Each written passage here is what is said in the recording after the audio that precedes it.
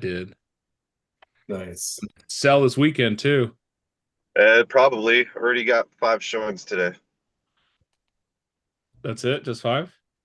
It's still early. That's them's rookie numbers. You need to get those numbers up. I spent $5,000 this morning. Wish I had $5,000 to spend. New gun? No, new project. Seller in Texas getting a house ready to go on the market. I pay the handyman, they'll pay me back. So Gosh. talk about creating some business for life. I sold one house for them, helped them get it ready. Now I'm selling 3 others. Yeah. That's the move right there. First of the month sucks. I got my CRM bill, my Metro List bill or MLS bill. I got an association bill. Oh my son of a bitch. I'm gonna spend $5,000 a day, but it's not gonna be anything fun. Well, The Jim, first here's of the month. you have the opportunity to spend that money. Look at you running your own business. You're right. And how much did you just make on your closing? Shut up. Not enough. Yeah, not nearly enough. It's not like it's Fabby on here talking about her closings. Right, no kidding. I'm gonna move down to San Diego. It's Fabby's first deal of the year. Love it. All right, other wins, celebrations, something you're just dang proud of. Fab's not Julie, even on here. Aggie, Ryan. Yes, I'm calling you out for not sharing today. That offer on that distressed home is coming in at 9 o'clock, so we'll see how that goes. Do you got a feeling where it's going to land? I think I'm too new to throw a number out, man.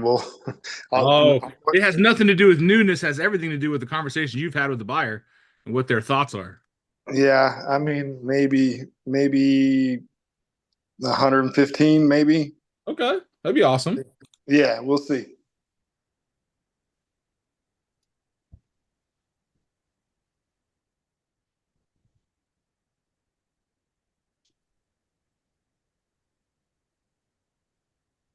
That's it. Just dead silence, dead air.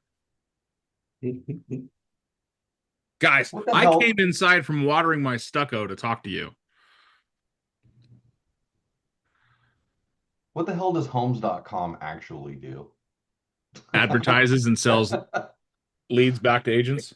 Calls you It's to so try funny. to I asked the sales go rep through that it. one time, and they couldn't give me an answer. All right. Floor's yours, Samuel. All right. Well, good morning. Good morning, Samuel. Uh, Second most handsome man on this call. oh gosh. Oh, thank No, you. at stop. least third. Jim's on here. Yeah, I was gonna say thanks, Dan. All right. Yeah, so today's the first of May. And I was kind of funny this morning. I was up kind of early and I was just kind of reflecting and thinking about stuff and looking at my outgoing on my bank the first very month, $21,000. I'm like, gosh, that's a lot to pay in debt, in mortgages. And I just realized that that was a choice I made. And within that choice, that was something that, well, 9 years ago, I started this venture of buying real estate. And, I wouldn't probably be paying near that much if I stayed renting, but I would have paid so much more just in rent and not earned anything from it. That money has afforded me a lot of opportunities that I don't think I would have had otherwise. You guys probably know the story, but I grew up one of 8 kids in a fishing cabin with no running water, or electricity, and we learned the right way, the hard way, how to do a lot of things.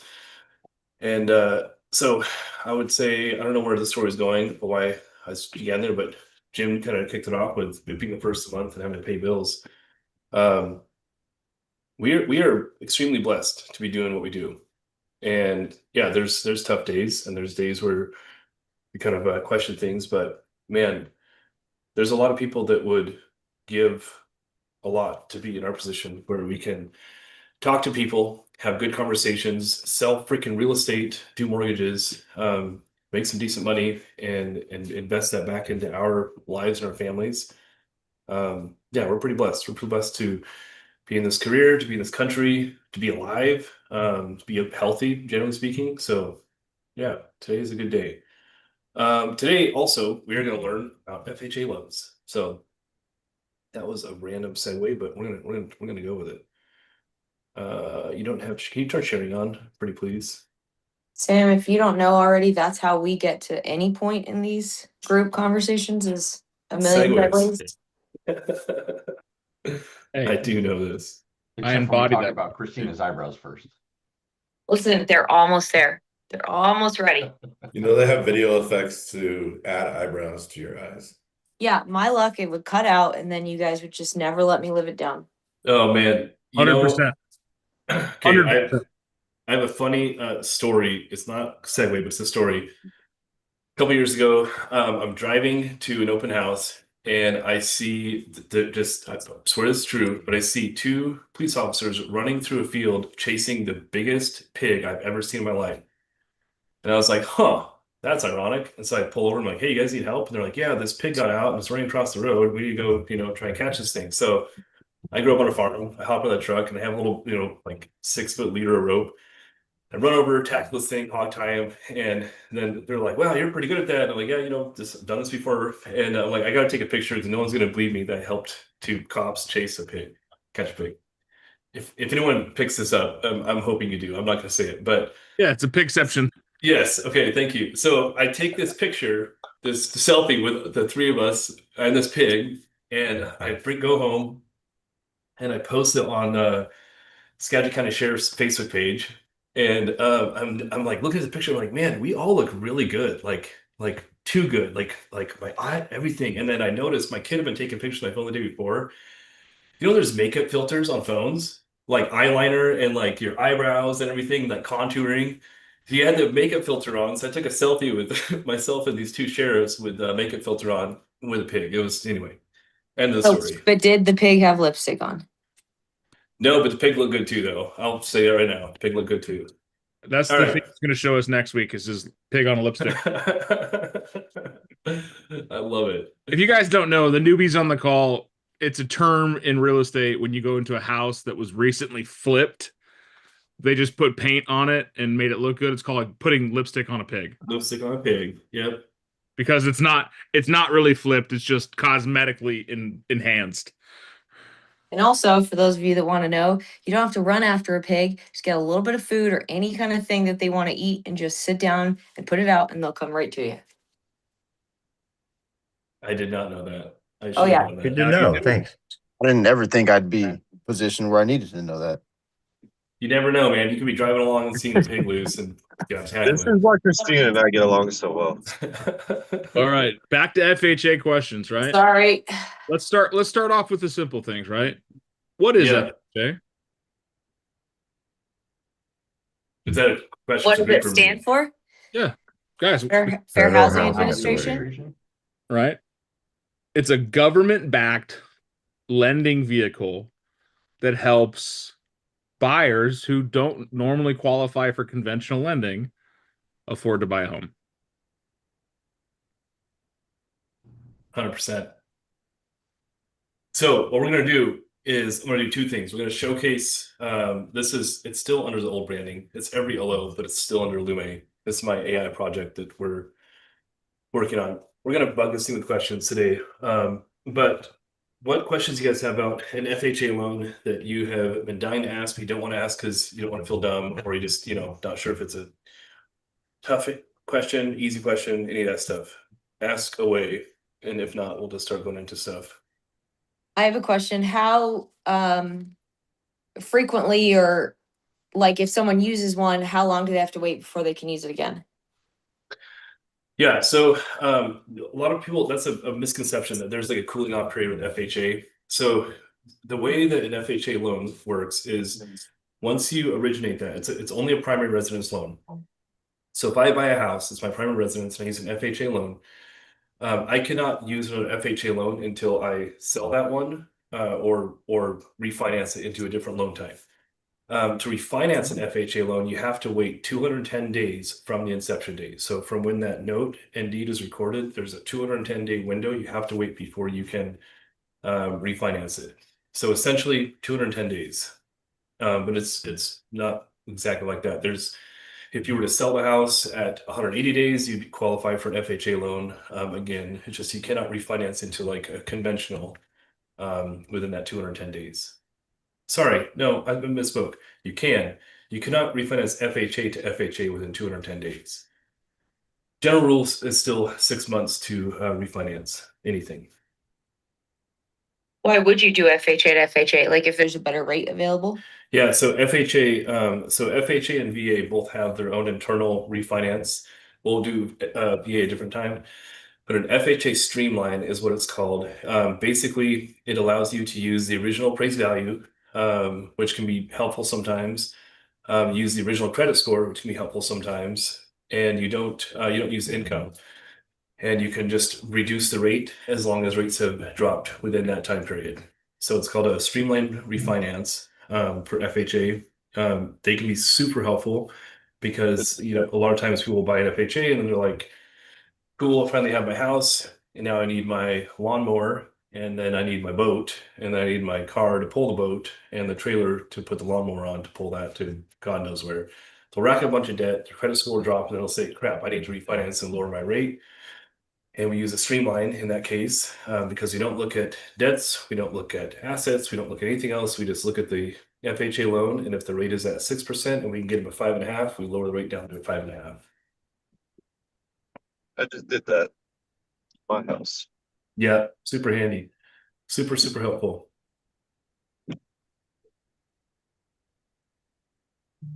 What else? PMI or mortgage insurance. Yeah, I was just gonna say. Oh, that. Yeah, so FHA is kind of an interesting loan program. So it's all self-funded, and they use upfront and monthly mortgage insurance to fund it. The way that works, it's not private, it's held by the Federal Housing Administration, and it goes back into to fund the program. Is if you are putting down the minimum 3.5%, you have mortgage insurance for the entirety of the loan. Prior to 2012, the mortgage insurance would expire once you reach that 20% equity threshold. After 2012, they changed the guidelines, and now it is non-cancelable unless you put down at least 5%. So 5%, it cancels at 11 years, and at 10%, it cancels at 7 years. But yeah, you in most cases, with an FHA loan, you're putting that minimum percentage down, and therefore it is not cancelable. So there's a lot of people that pay mortgage insurance for the entirety of their FHA loan. Dang. So even once you reach a certain, is it LTV? Am I using the right term? Yep, loan to value. That Yep. you still can't go drop it off, huh? If you haven't done at least 5%. Yep, you can if you refinance it into, like, let's say a conventional. Okay.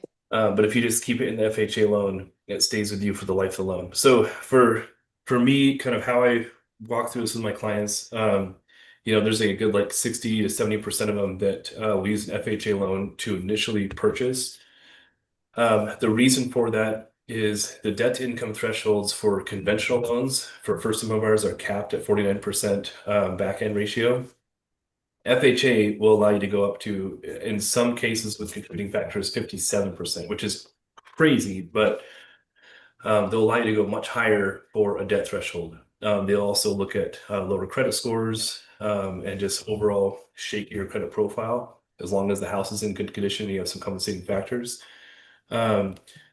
Regardless, if I put someone in an FHA loan, we always have an exit strategy to get them out of the FHA loan and into a conventional. So, once we close the loan, here we've got 12 months of work to do. I check in with them every quarter or so, depending on the severity of their checklist, and we go through that process and we finance them into conventional as soon as humanly possible. And that's just to drop off PMI? Mm-hmm. Yep. Yeah, because I hate mortgages. I think they are a means to an end, but doesn't matter what rate you get. If you're at 2% or 20%, you're still paying a ton in interest, just the way they're structured. So anyway, anytime you can alleviate that or offset that by recollateralization of debt, you're better off for it. So I'm always working towards that with all my clients.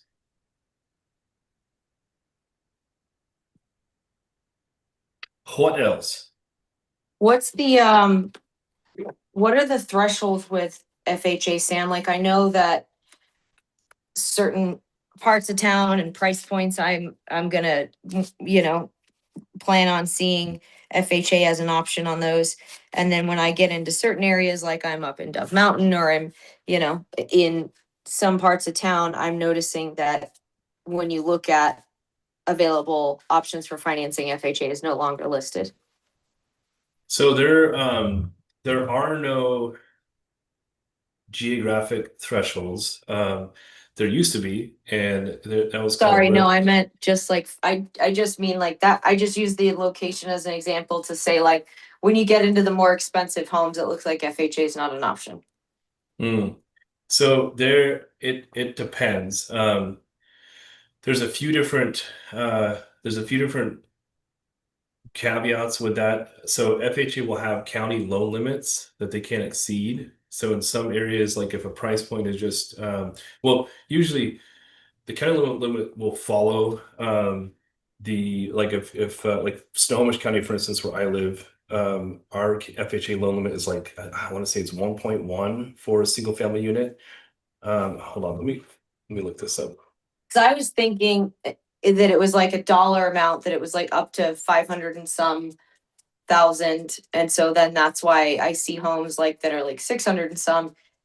Even new builds, like I've asked the question before of a new construction community, can they go FHA? Or what are your rates for FHA? And they're like, we don't have them because we exceed the FHA limits. The FHA loan limit. Yeah, so so each county has a loan limit that they will go up to. So they won't so technically you just have to bring in that difference.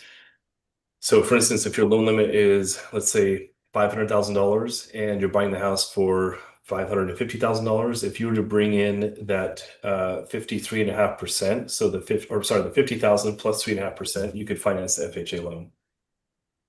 But would there be a point in using an FHA loan for a house? Like if you were in that scenario and you had the cash to make up that difference, is there a benefit to using an FHA loan versus some other loan type? Yeah, I mean, in some cases you can't, you wouldn't be able to purchase like conventional because of where your credit score was. Oh, yeah, okay.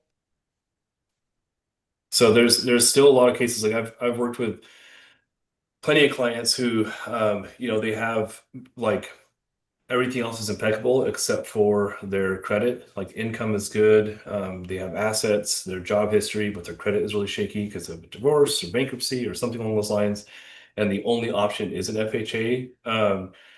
So there's weird little nuances like that, but just loan limit alone, as long as the other factors are in place, that shouldn't keep someone from still being able to use FHA for financing. They just have to bring in the difference. And when you say loan limits, is that the same loan limits that I know to be like when I'm looking for VA clients, for example, and we want to see what their entitlement might be? It's based on the conforming loan limits. Is that what it's all the same? So FHA, VA, and Fannie and Freddie, so conforming, they all have different loan limits. They all follow each other in the market. And there's some areas where they overlap. There's some areas where they're vastly different. But they each have their own loan limits. So if you're ever in question, you can just Google FHA loan limit for X county. And you put the year in there because they change year by year. And you can pull up the loan limit. So like, for example, in Pima County, correct me if I'm wrong, guys, in 2026, I think we went up to like 806,000 something, right? Is that just for VA? Is that for That's the something? conforming loan limit. So the conforming loan limit is that's like the standard that everything is based off of. So conforming Fannie Mae and Freddie Mac, they kind of set the standards, and they pull. So Fannie and Freddie originate a lot more loans than the other two combined, and so they have a lot more data to compile. They also look at stuff like, census data. They look at a lot of economic factors to determine what that loan limit is. So as the population migrates, so for instance, if you look at like West Coast versus like I don't know, Midwest. West Coast is going to have a lot higher loan limits because there is a lot more population here. There's a lot more value in, the homes are valued higher. There's a lot more infrastructure here for jobs and things of that sort. So FHA loan limits will have, so West Coast loan limits will be higher than they would be in the Midwest. But all that stuff is kind of set off of what Fannie and Freddie dictate at the beginning of the year.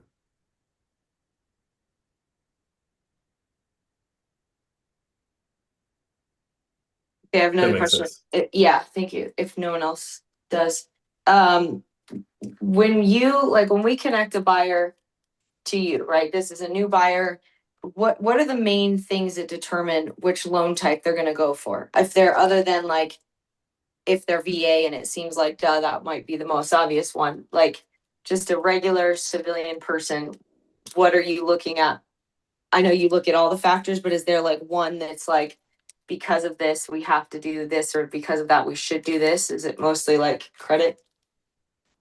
Yeah, so there's kind of a couple different factors. Credit, income, not just like where their income is, but like history, the type of income, salary, hourly, variable. There's a lot of different factors that go into determining what the best loan type is going to be for them. Generally, I like to find a few different options. So good day at school. But if you different options, we can kind of compare and see which one is me the best for the situation.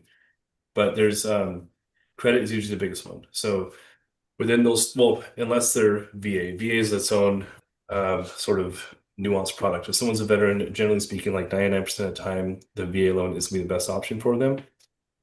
There are some rare cases where conventional might make more sense. But yeah, generally speaking, if I'm looking at someone that's going to be comparing like FHA to, well, USDA, FHA, and conventional, and we'll look and see which one is going to fit their needs the best. Ooh, I have another question. Okay, so like with VA, I've had this situation where I know that there are rules around like who can be on a VA loan together, right? Like if it's a service member and their spouse, like, okay, no brainer. But if it's like a service member and like a retired service member and their daughter, are there things like that for FHA loans? No. So VA is the only one that looks at who will be on the loan and their connection to the VA. FHA doesn't care as long as like, let's say you had an FHA loan and I was like, hey, Christina, help me buy this house. It's gonna be an FHA loan. I need you to be a non-occupant co-borrower. That's where that would be the only time where like you wouldn't be able to be allowed on the loan because you currently have an FHA loan and you're trying to apply to be a non-occupant co-borrower for me on my FHA loan. But generally speaking, no, they don't care about that unless there's two FHA loans trying to be combined or something like that. Okay. I have one. I just went under contract with my buyers, they're FHA. But before the offer was accepted, the seller was adamant that it wouldn't get approved for FHA because it's in a flood zone. My lender said we're fine, but I don't know, it got me a little bit nervous. Just wanted to, I don't really know what I'm asking, but Yeah, no, you're fine. So Fannie and Freddie, so conforming loans, they will allow for private flood insurance. FHA will only accept FEMA flood insurance. So it is, they are still fully allowed. We have a lot of flood area up here where I live, and we do a ton of FHA loans. So it's definitely allowable. I've definitely had cases where people have tried to use a private flood quote for an FHA loan, and that doesn't work. Generally speaking, FEMA is more expensive and they are more restrictive. So where some people might go off of like a 50 or 75 year floodplain, FEMA will go off a 100-year floodplain. Oh, which wow. just widens that horizon a little bit. But no, FHA loans in flood zones are perfectly allowable. Aren't there exceptions you can get, Sam? Because I had one that it was a single wide manufactured home in a flood zone. And we were like, there's no way it's getting approved by anything. And it ended up that I had the sellers, but the buyer's lender pulled it off. And I know one thing that we looked at was for that, in that instance, it was basically the bottom of the manufactured home on top of the skirting and base or whatever. Is it above a certain, like the floodplain will only go up to a certain height, right? And if the house sits above that, even though the floodplain runs right through that property, then they might be exempt. Is that right? Yeah, so there's two things for a manufactured home. There's one thing for just any financing type when it as pertains to flood zone. Mine's a manufactured home, so that's perfect. Perfect. Here we go. All right. So the two things, Elevation cert. elevation cert and an engineer cert. So the engineer cert, well, let's do this the other way. An elevation cert is they're going to measure from the lowest floor. So on a house, that's going to be the foundation floor, right? The crawl space. On a manufactured home, that is the actual floor of the manufactured home. So they measure from that distance down, and there is a geopinned height that the flood zone says that this is the height of the flood zone, right? So if you're above that by a certain margin, you can be it's a sliding scale. So like, an inch above it, 6 inches above it, whatever that number is, it will deduct from your overall risk, and so it lowers your flood insurance. In some cases, you can completely offset flood insurance as if you were high enough above that. So what I've seen people do is before they get their engineer cert, which we'll go into that here in a second, on their manufactured home, they'll get an elevation cert. They'll say, hey, you are 2 inches away from being out of the flood zone based on your elevation cert. So what they'll do is because it's a manufactured home, they will increase their foundation height. So cinder blocks, whatever anchors, whatever the case is, anchors are different, cinder blocks usually, or jacks. They'll increase those by 2 inches to offset the need for flood insurance. Then you have to go back and get the engineer cert, which is required on any manufactured home, to make sure that the home is securely anchored to the ground. So an engineer cert looks at a couple of things like HUD tags. They look at the ground anchors, deep earth anchors. There's like 4 different fixation types for fixture. I don't know, whatever that word is. Types for manufactured homes to have them secured. A fixture. Yeah, thank you. They'll look at those and make sure they're all properly in place and dispersed correctly. But those are the 2 things on a manufactured home that you would need for financing. Who do you call to start getting these certs? Yeah, so there's usually engineering companies. If you just look up honestly, the easiest way is Google manufactured home engineer cert, and it'll pop up with a bunch of engineers who can do it. Engineers will do a lot of things, but primarily they're doing stuff for housing and things like that. But they'll look at structural integrity of the foundation. They'll look at anchors for a manufactured home. Is this pretty Here in expensive? Tucson, Trey, Tanca Verde Home Inspections does engineer certs. So whenever I have a manufactured home, I don't know if they're out your way, but I call them because they'll be able to do everything for me, the home inspection, and then they inspect the tie downs and they'll get you that engineer cert. How much extra do they charge for that? Because my buyer, she's kind of cash poor. Hey, Sam, I made you the host. I got to get to the next meeting. I got it. Guys, stay here as long as you guys Sam can do so. Lots of good information. I love you. I'll see you guys on Monday. Love you, bro. Yeah. Have a good weekend. Bye, Dad. Hey, have a good one.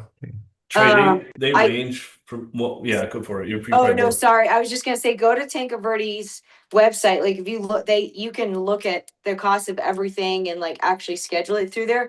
I want to say it's like 300 and something extra through them if you're getting a home inspection. But Gotcha. but don't quote me. Definitely go take a look at it. But I'll tell you, my buyers were cost sensitive, and it wasn't anything insane.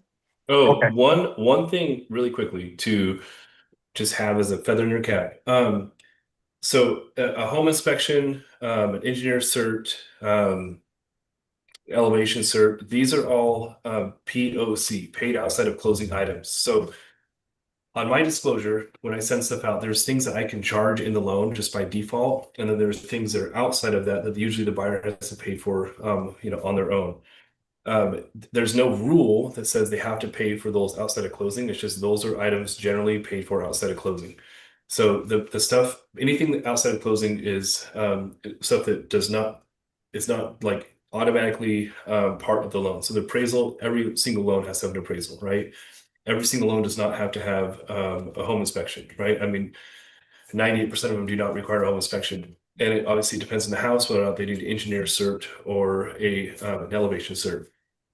Any one of those things, you can ask the vendor, hey, do you mind if we pay you out of escrow? And if they say, sure, that's fine, you collect an invoice, you provide that to the lender adds that into their side of fees on the buyer side, and then you paid out of escrow. So in a case where the buyer is short funds to close, as long as there's room in their loan to add the extra $500, they can be paid outside of escrow. That's cool. Oh yeah, that's perfect. I'm gonna start calling because I got them $10,000 in concessions, and I think with the Perfect. buy downs they only need like 8,000, so there should be some room. Yeah, perfect. Nice I've done job. that before, Trey. Yep. And where That's- does the affidavit of a fixture come into this, just for manufactured homes while we're on the topic? Affidavit of a fixture. Yeah, or is Nick- that just an Arizona thing? That might be a term I'm not.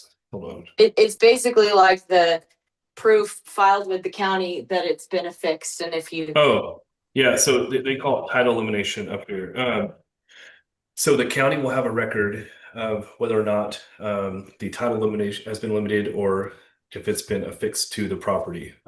Basically, the way a manufactured home is sold, when it's sold from the factory, is it's sold as a vehicle, right? So then you tow that vehicle to your land.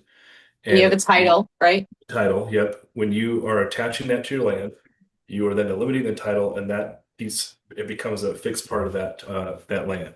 So that is required for every single loan for a manufactured home. You cannot get financing on a manufactured home without having the title eliminated or having the home affixed to the property. Because until then, it's not considered real property. 100%, Kevin. Yep. And if It's it's still a pre, vehicle. what is it, 1972? 1976, June 15th. Yeah. It is a mobile home and not a manufactured home, and therefore can only be hard money loaned or cash bought.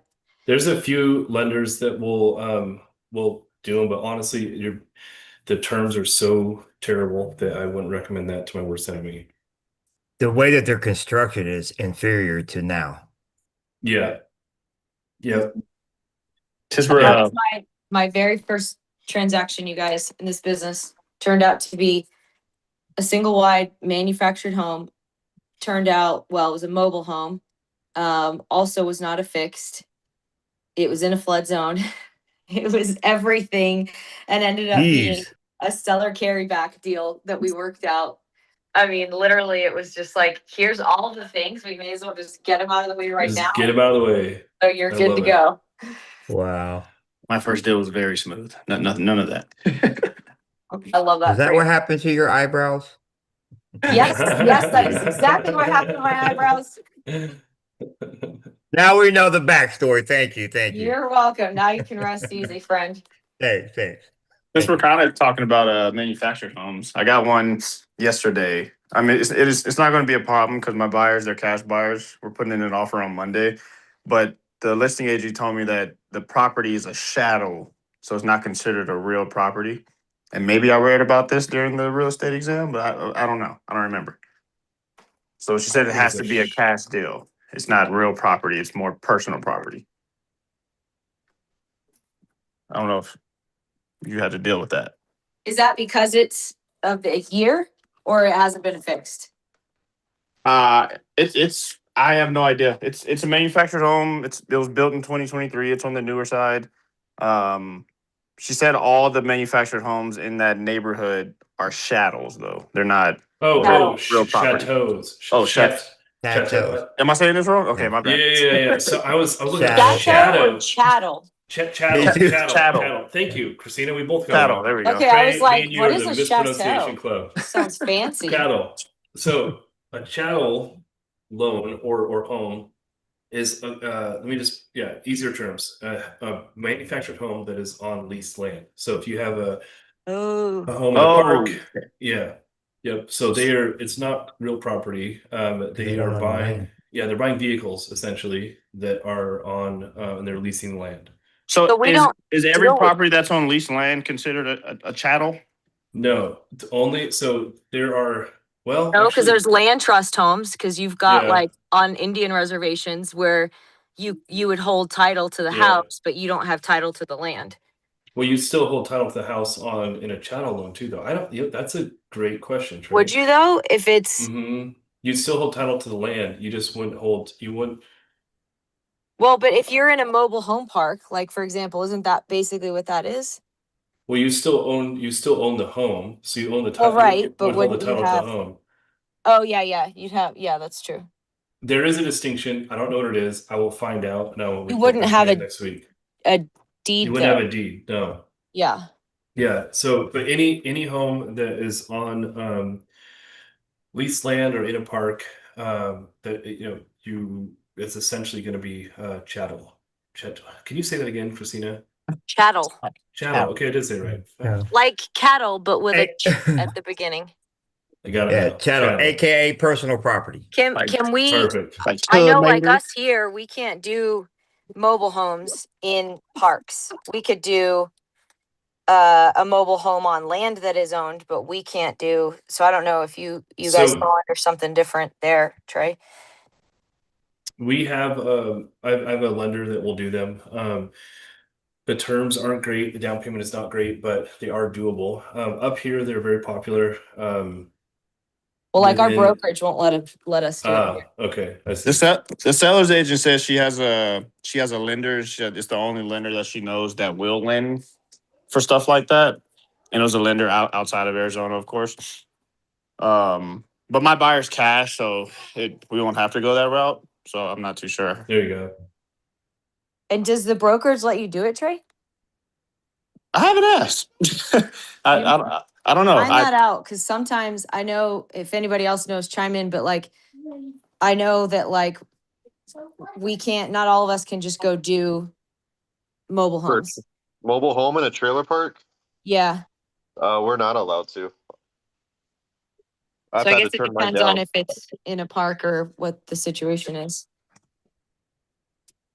Did not know Yeah, that. Thank you. Well, he's I had looking to at turn another mine house down. too, so now I just need to convince. No, I'm just kidding. It's fine. If we can't do it, I'll just refer him over to someone else. That's what I had to do, Trey. I even had Yeah. to talk to Dan about it, and even Chad was like, "Yeah, we're not allowed to do those." Mm. But don't worry, guys. You know what we can do that's not real property? Come on. Who knows what I'm going to say? Where's Eric? Is Eric Romero on here? Co-ops. Yeah. I got you. Oh, nice. Oh, depressing. I just went to straight with pig with lipstick. That's where I went. I don't know why, but I love it. That's pretty Lipstick much on a what it pig. is. I wonder. So why can't we do those, Christina? Like, what's the big deal with those? I heard it was like a liability thing, that it's not covered by our E&O insurance and stuff like that. But I don't know, to be honest with you, like the straight up facts about it. I got told it was one, E&O insurance.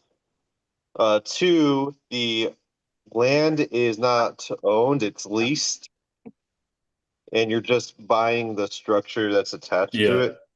But that's because it comes down to the land issue and E&O. Which is so weird that we can do co-ops, because it's a share certificate and not even anything else. Just weird. Yeah, that's weird.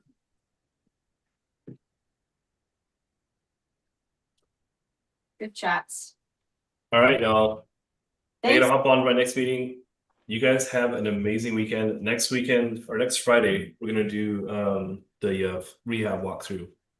You guys can ask all the questions, and I will share with you all the mistakes I made so you can avoid them on your rehab.